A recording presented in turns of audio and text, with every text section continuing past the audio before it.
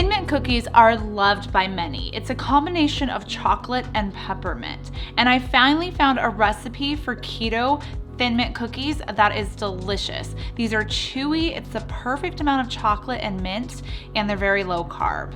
Let me show you how to make them.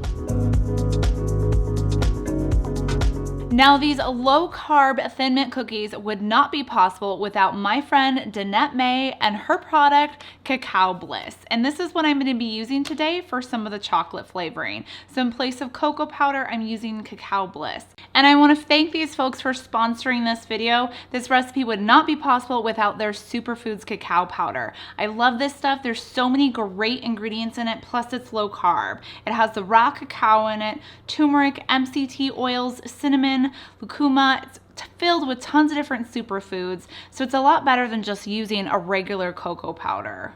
If you guys want to learn more about Cacao Bliss, just click down below for some information. To make these chocolate Thin Mint cookies, you want to start by adding some almond flour into a medium-sized bowl. This is 1 3/4 cups of almond flour. And then we're going to add 1/4 cup of the Cacao Bliss powder, 1½ teaspoons of baking soda, 1½ teaspoons of baking powder, and 1/4 teaspoon of salt. We're gonna mix that together until it's combined and set it aside.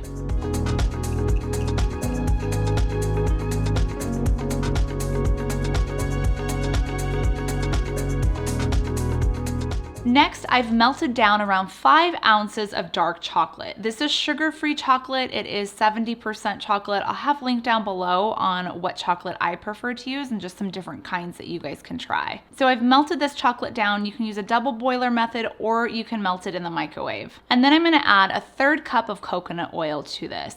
Mix it until all the coconut oil is dissolved and combined in the chocolate.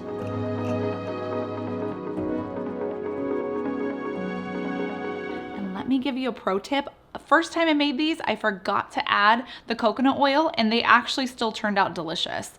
It was not quite as chewy as they should be, but it was really good still. So even if you forgot to add the coconut oil or hate coconut oil, you could probably get away with just using butter or just omitting it altogether. So to this melted chocolate mixture, we're gonna add 1/2 teaspoon of vanilla extract and 1½ teaspoons of peppermint extract, as well as a tablespoon of sugar-free maple syrup. Mix that together until it's combined, and then we're gonna pour it into our dry ingredients.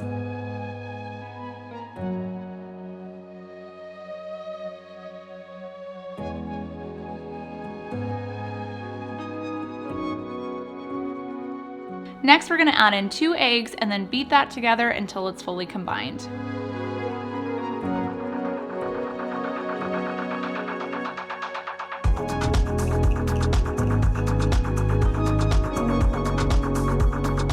At this point, if you want to add in some chocolate chips like I did, or just like chunks of chocolate, you could do that. You're just going to add around 1/4 cup of chocolate. Then taking a parchment lined baking tray, we're gonna just form our cookie dough into balls. You can use a cookie scoop if you want to, or what I did was just wet my hands, scooped up some of the dough, rolled it into a ball, placed it on the sheet, and then pressed it down.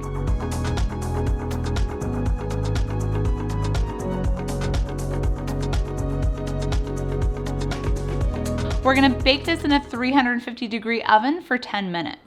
Once your cookies are done cooking, you're gonna remove them from the oven and let them sit on the tray for an additional 10 minutes to continue baking before transferring to a wire rack.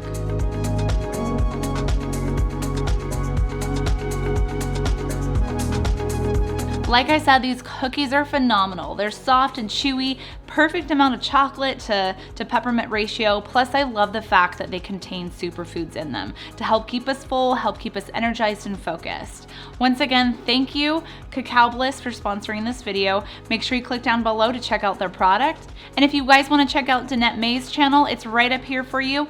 Don't forget to subscribe to my channel down below and click that notification bell so you get notified every time I post a new recipe. Have a good one. Bye.